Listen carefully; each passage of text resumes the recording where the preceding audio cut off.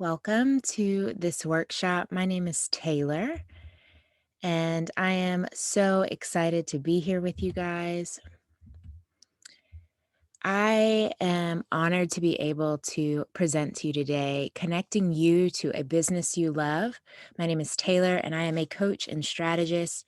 And really, this is what I do all day, every day. This is my passion. It's my um, ultimate desire, even that for you as a business owner, that especially in 2021, that you haven't lost your fervor and that you haven't lost your passion, and that we are setting you up not just to knock out your goals, but to create a life that you're excited to show up for. Again, my name is Taylor. I am a certified life coach with the Life Coach School. I am a certified brand strategist through Level C, and I am the founder and host of the Model Student Podcast, as well as the founder of Truth and Taylor, which is the practice that I coach out of. It's wonderful that you guys are all here, and I'm so glad to be able to share so much with you today. I'm also a wife and a mom. I share 3 children with my husband, Philip. They are 4, 2, and 1.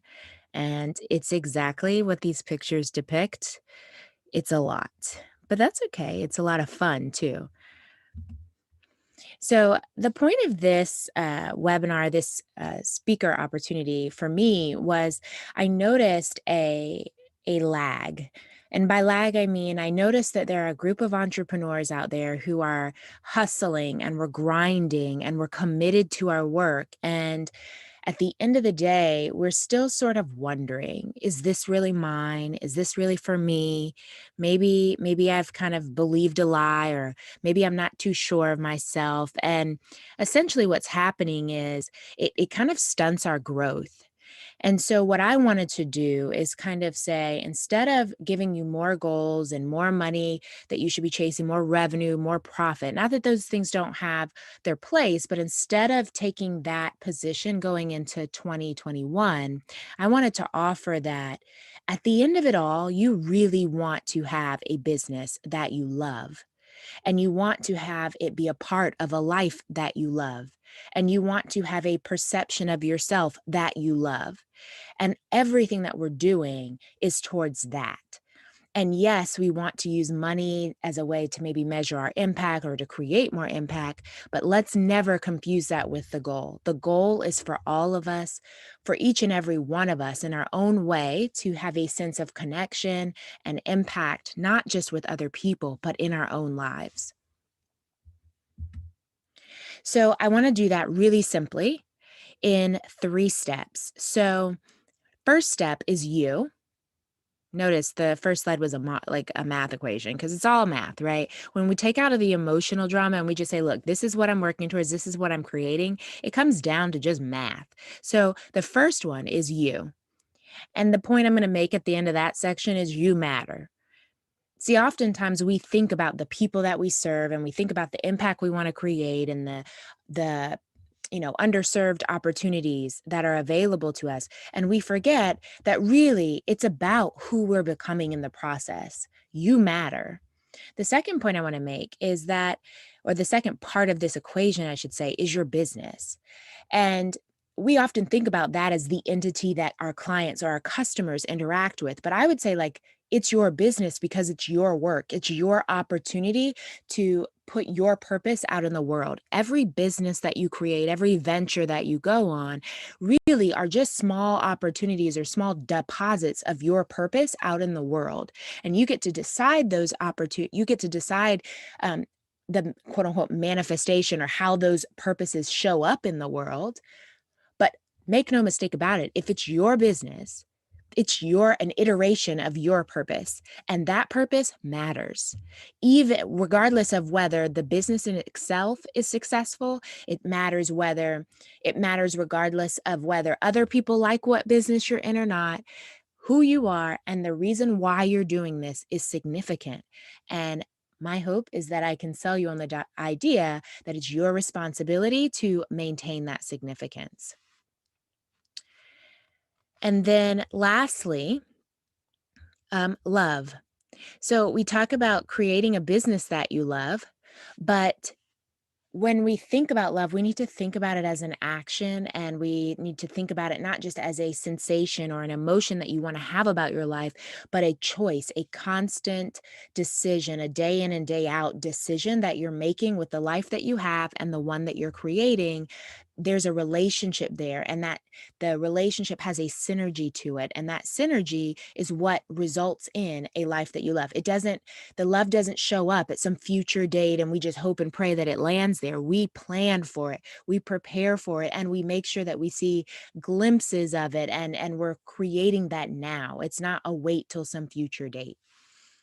And that's what I want to share with you in the last point. So let's get to it. Okay, so how many of you have done this? You have checklist, because my guess is that if you're here, you might be a checklist kind of person. Um, you have your life checklist, you've got your business's checklist, they're separate, they have their things going on. So in the life box, we've got, did I get the relationships that mattered to me? Okay. Did I have the kids? Did I get the career? Did I have the salary? Did I travel? Those are just some common marks of success or fulfillment for, at least culturally, we could argue many cultures include some elements of these lists, right?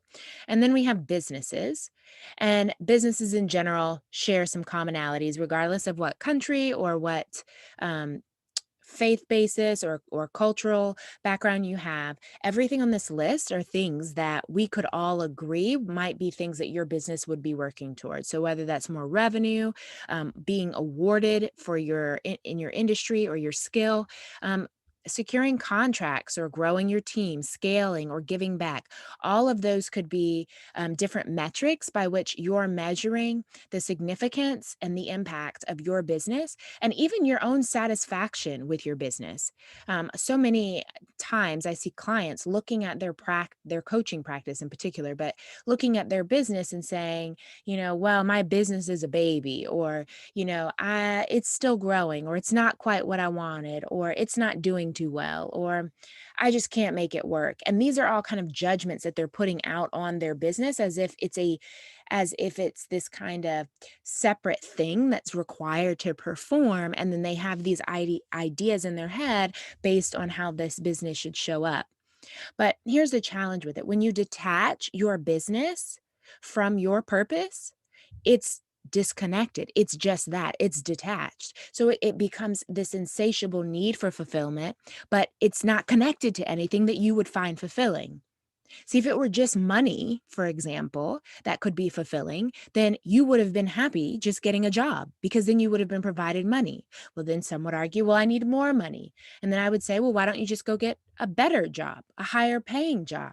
There's more to life, as I'm sure we all know, than money. But how does that show up when you have this zest to create wealth? And how does that show up when you have a desire to be your own boss and to create impact in this world? And one of the major measurements for that is something like your revenue. Like, where does the tension come in for that? How do we practically make sure that your business is fulfilling and you're still accomplishing your goals? And that's kind of what I want to show you today. All right, so next slide. Okay, so we talked in the first, when I laid it out for you, the plan, we talked about how you matter. Everything we pursue is rooted in how we think that achievement will make us feel. So if you are, let's say, going after kids, for example, is really common. People say, well, I just know how it's going to feel to have kids, and I just can't wait to be a mom.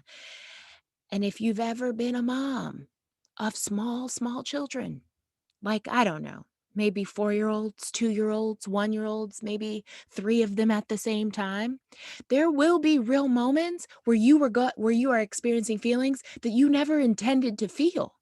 There are thoughts running across your mind that you were never intending to think. And yet, the vision that we're sold is a super emotional experience that's going to be super fulfilling. But let me tell you, it's not true.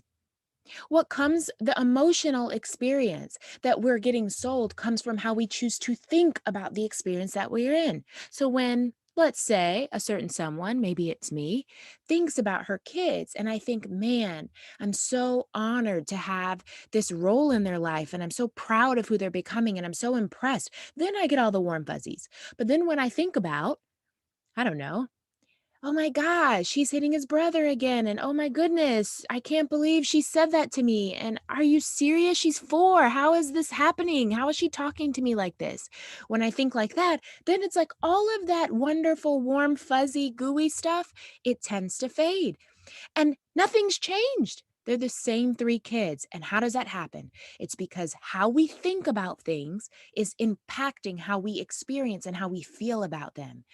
So you may have some thoughts about yourself that you think are just a given, that most people think that about you. But here's the reality. Not everybody thinks about you, much less like you think they do. So, whose voice matters? Your voice matters.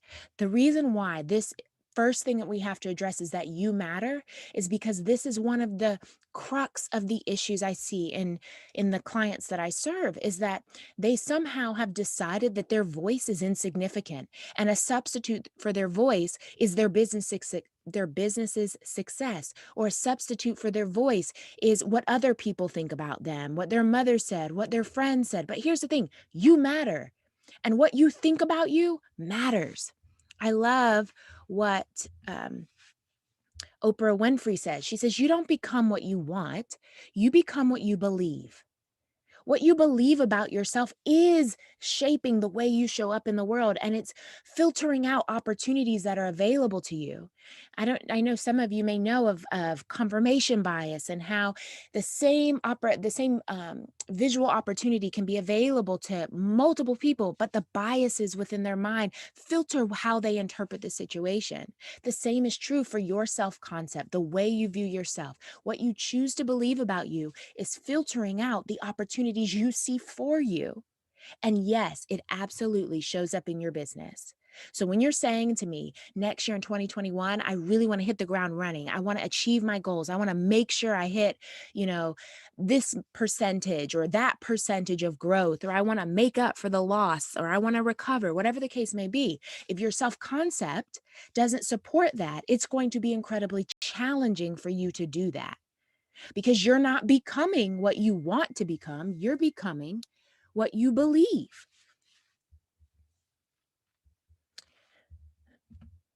Number 2, point 2, we're getting through it, y'all. Okay, so then there's the business, right? So your business is to learn how to articulate who you really are and what you do until you never confuse it with how you make money. That's your one job. That's your business. So every time, I don't care if you have 79 companies or if you have one and this is your first venture, every iteration of your company is a temptation for you to confuse how you will generate revenue with who you are and what you actually do in the world. And if you cannot separate the two, then the fluctuations of your business will become metrics by which you measure your identity. And it is impossible to feel fulfilled when you are on a roller coaster ride of an economy, or on your self-confidence is hinging on the recovery of something like COVID, or the impact of a pandemic, or around the globe, or a political system. You guys, it's essential. It's essential that you can separate out what your business does from who you really are, and what your purpose is. Why are you here? What are you great at? What were you made to do? And then how do you filter out pieces of that or portions of that into your work? So it's super important that you can articulate that. That matters because when you think about getting others to buy in to your vision, when you think about hiring employees, we don't want them to simply buy in to how we make money, because what if that needs to change? We want them to also buy into a core driver, a core purpose. We want them to have a similar perspective or paradigm on the purpose for what we're doing here, our deep reason why. There needs to be an alignment there. When there's not, it creates a friction that you can feel. It creates a tension. That's why some people who seem like they could work on paper don't actually work in real life. I think it's so so appropriate even that in this particular point I want to stress how you think about your business is not creating how you feel about sorry, let me rephrase that. How you think your business is doing is not necessarily shaping how you feel about your business. It's your opinion of what your business is doing. The data does not shape your emotions. It's your opinion of the data. So I've said it to people this way. If you know for sure that at the end of 2021, you're going to hit all of your revenue goals. Matter of fact, you're going to double them. You're going to exceed them by at least half, right? You knew for sure. There was no question. It was just a matter of time. All I need you to do is watch the calendar tick by. You're going to hit your goal. If you knew that beyond a shadow of a doubt, then seeing in quarter one that you didn't make those metrics would not deter you. It might give pause. It may lead to analysis. But I said, listen, all you have to do is watch the clock and it will happen. You would have new place for the difficulties that come to everybody. The challenges that you're facing, the reason why they unearth you, the reason why they unroot you, the reason why they leave you at sometimes feeling debilitated is because you don't have a paradigm for your business and your work in this world. And so every time the business fluctuates, so does your sense of fulfillment. It doesn't have to be that way. There's a different way to look at that. And then the last thing is love. So the sense of love that you want comes from a commitment to loving who you are, becoming as you grow your business, not necessarily just who you are at any one point. This is super important to remember that that sense of I'm doing what I was made to do. This is the best business. I'm so grateful for the sacrifices that I made in the early years. That sense of connection and that sense of fulfillment, they don't come from your business just getting a new award or securing a new stellar contract. Those are just the containers through which this sense of love often show up, but they don't create that sense of love. What creates that sense of love is belief that who you're becoming and the work that you're doing is significant. Notice we're back to point one. You matter. Your opinion of you matters. And then we can just segue. It's a beautiful, it's almost like circular. Your opinion matters. Then that shows up in how you do your work and you're able to separate out your business's success or failures for that matter from your personal identity. And that sets you up to have profound love for your work and in your work, regardless of what's happening. And naturally, of course, you're going to perform better. I love what Tony Robbins says. He says, success without fulfillment is the ultimate failure. Friends, do not make the mistake of creating an enormous amount of wealth or success for yourself in 2021 and sacrifice another year of fulfillment. You left your previous career because you wanted a greater sense of fulfillment. You stopped that other side hustle. You've sacrificed it. You invested when you didn't have it. You are still investing in areas that you still may be hoping it all pans out. And it isn't simply to see a number on a screen grow. It is because you want to have a greater sense of purpose and impact in this world, and you can when you're committed to being fulfilled, not simply committed to moving metrics. Okay, so I've hopefully sold you on the general idea here that you matter, that what you do matters, and your ability to share that and articulate that and maintain that over time matters because it changes who you are and it changes your impact in the world. But I know you're probably making the face. That's me making the face. But how? How am I going to do that? And I'm saying this is the face people make before we work together. And it's because they're like, I kind of get it. Like it's kind of obvious, right? But how? So this is my framework. I've called it pivot because here's the thing. I don't need you to like completely change directions. You're likely doing something very similar or right in alignment with your purpose. You're probably already doing much of the things that you would be doing if you could articulate all of this. The challenge is you can't articulate it. The challenge is that you don't have good language around it. You don't have a container for this kind of sense that you feel. So I've created this framework for you, and it's the pivot framework. So the P stands for perspective. I need you to be able to identify what is the problem. And it doesn't matter whether we're looking at your finances, or whether we're looking at your employment, or whether we're looking at your employee performance or your job performance, or it doesn't really matter. The point is, we need to understand your perspective of the situation at hand, the situation that you believe is where you're showing up, your business. What's your perspective? What's the problems with your business? All of that shares with us what you actually believe, what you actually think, not just about your business, but even yourself. You'll think you're telling me about your finances, but you're actually telling me about what you think about yourself and your ability to create change in this world. It's important. We need to know your perspective. Secondly, we need to know your investment. Why does this even matter? What's the point? Why is this actually a problem? Because for somebody else, it's not a problem. So why is it a problem for you? Why is this your perspective? There's so many other perspectives. Why did you choose this one? We need to know your investment. Next, we need to know the value you're placing on it. What's a win for you in this situation? I can't assume that I know where you place your values in this game. Everyone has different values based on how they invested, based on their perspective. It's important that you understand your unique recipe, because if you want to create a pivot in your life and begin moving towards fulfillment and not simply just metrics or just a better year, which is not measurable, we need to understand what you value in this situation. How do you define better? Next, we need to know your opportunity. What are your options? If you want to change or adjust or tweak your course, if you want greater clarity, we need to add language to you. We need to understand what is the landscape for your business, for your work, for your life. What are your options? And then lastly, we need to know the truth. How will you know when you've won?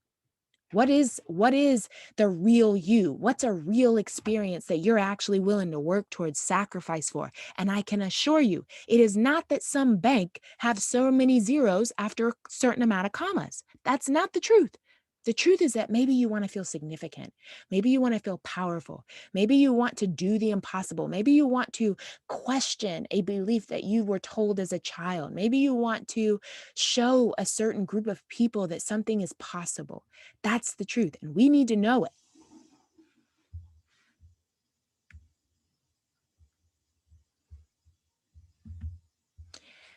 When I work through this framework with clients, Russ will be an example. He shared that even though I thought I had a good mindset and was good at thinking about things rationally, you still found all the ways I was limiting myself. I found that even the slight shifts in mindset can make a big difference. Shows me that your expertise is about the person, their actions, and their beliefs. This is so true. Russell is one of many, but this is the reality, is that these subtle shifts make a big difference. I think some of you may have read Atomic Habits. We talk about how minute the change needs to be. That even works in your perspective. Just one little question can unearth a metric or a cobweb, so to speak, of issues that you've wondered where they came from or why this same recurring issue comes up. It's likely because of one little shift we need to make, one little pivot.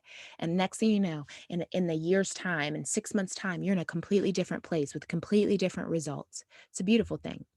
So this pivot framework is offered within my coaching program, Sold Out coaching program. And here's why: because when you're sold out, selling isn't a problem.